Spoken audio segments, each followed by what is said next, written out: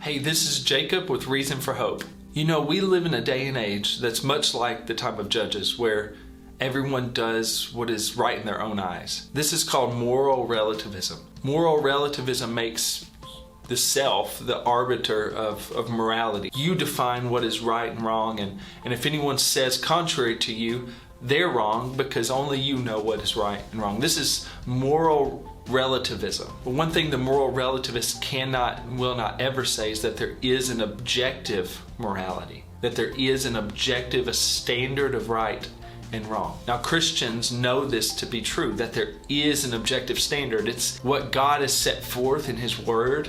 He defines what is right and wrong. He's the creator of all things. He knows how all things are to best function. But many people have argued against an objective law if they follow moral relativism. Now, of all of the objections that I've heard against objective morality, I have come to find that you can think about speed limits, and it answers each one of these objectives. I want you to think about this. Just because you don't follow the law, don't believe in the law, aren't aware of the law, disagree with the law, or everybody breaks the law, doesn't mean the law doesn't exist. So speed limits, for example. Maybe you don't follow the law. You can drive whatever speed limit you want to, but if the speed limit is 30 and you're going 55 and you get pulled over by a cop, what's going to happen? You're going to get a ticket because you broke the law, even though you don't follow it. It doesn't mean the law doesn't exist. Maybe you don't believe in the law. Oh, there's no speed limit on that road, but you go 70 miles an hour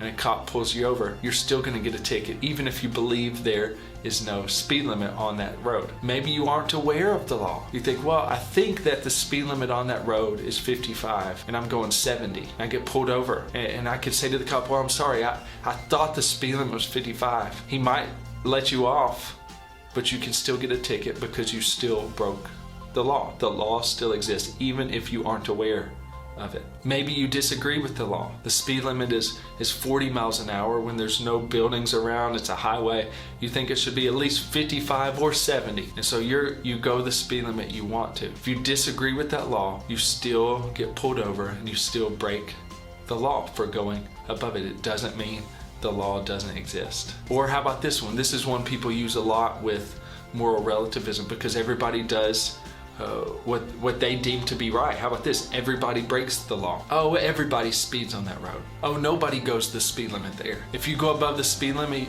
you pass the cop, you can still get a ticket because you still broke the law. Just because everybody breaks the law doesn't mean the law doesn't exist. I've heard every single one of these excuses used with the moral law. People say, well, I just don't follow it. I'll live how I want to. Oh, I don't believe there's an objective moral standard, so there's not one. Oh, well, what if they aren't aware of your Bible, or they can't read of God's standards, so there's no objective law for them because they don't know of it. Oh, I don't think morality should be that way. I think everybody should be able to pursue their own desires, whatever they may be. Or everybody does what is right in their own sight.